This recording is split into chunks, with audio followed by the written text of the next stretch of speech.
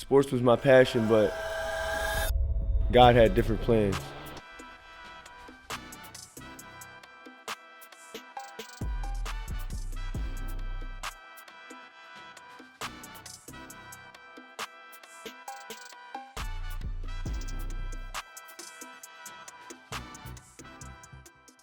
My dad was a barber. I grew up around barbering. I grew up in a barbershop all my life. And he actually gave me his clippers when I came out to LA. And then I just started cutting, just to make side money. Started cutting the guys on the team. And yeah, that's how I made my money. I feel like I could have pursued football more, but I seen that barbering was more lucrative and I could make money and it was supporting me at the time. So I guess I sacrificed my dreams of being a football player, and I don't regret it. I didn't know I was gonna be a barber. It kind of chose me, but I guess when you're around it, it's just a part of me, you know. Barbering's always been a part of my life. Even when I moved out here, I was cutting all the guys on the team, so it kind of just it's always stuck with me. And yeah, it's another way of art for me. It's another way of expressing myself. Barbers, we have to be our best person to be the best barber. And we're getting a whole bunch of different clients in our chair. Energy's real. If you have a bad energy, you don't want to push that on your client. If I'm going through something, I don't want them to feel that. I honestly believe in leaving your problems at the front door, right before you walk in the shop, right before you walk into your workplace. You want to be the client's low-key therapist. I'm always I'm here for the client, you know? Problems can definitely affect your business. I got this shop.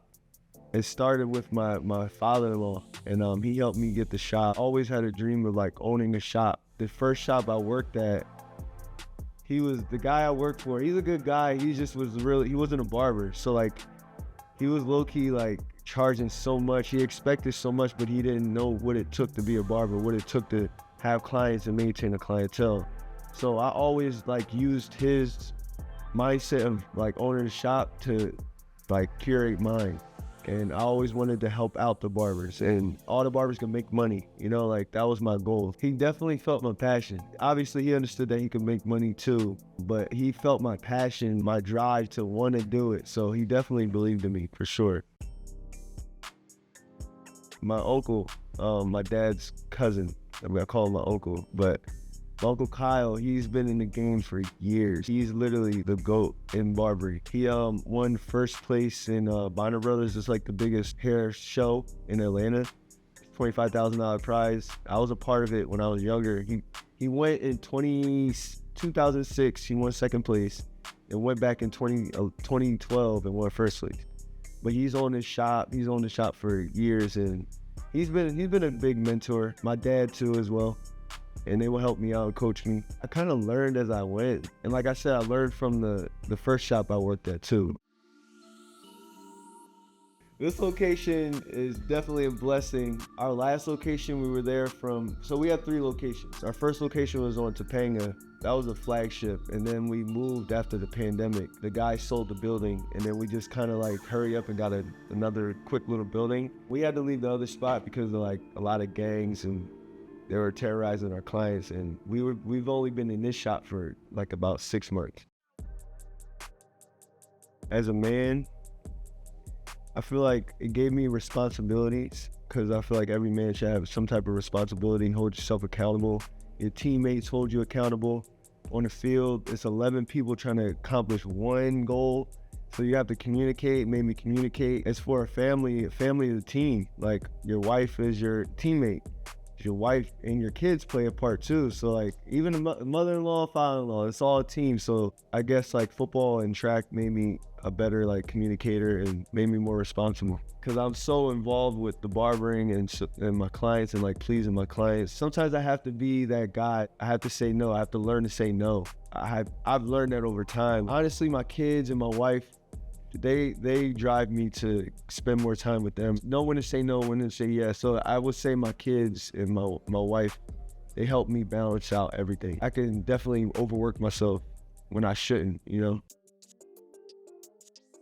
My journey it's been amazing. I've cut a lot of celebrities. Barbering's brought me everywhere. I've cut Meek Mills, Javante Davis, Moneybag Yo Gotti.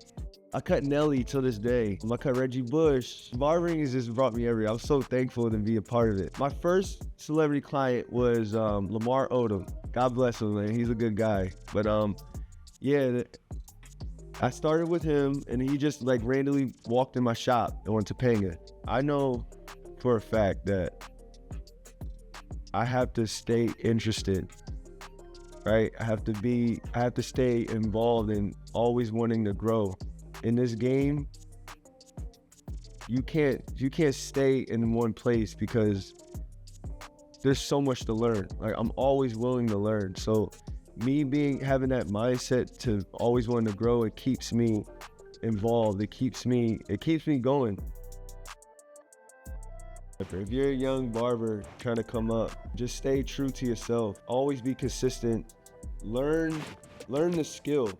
Be the best at the skill. What Instagram does is like it shows the highlights of the moment, and they don't know what it takes to get there. So like they just see, especially if they're coming into barbering, they just see like the glam, the glitz, the money. Like it's bigger than that. Like you have to learn the skill. Me being who I am and learning the skill brought me to cutting the game, cutting all these celebrities. Like that's what got me to where I'm at, honestly. And obviously being professional, you have to be professional. Don't treat this as your side hustle. This is your main hustle. Treat it as your main hustle. It's a career, it's not a job, you know? So I would tell them to just stay true to yourself and work at your craft and be 100 all the time. The journey's been good. I'm so blessed. God is good, man. He's been using barbering for me, and it's been taking care of my life.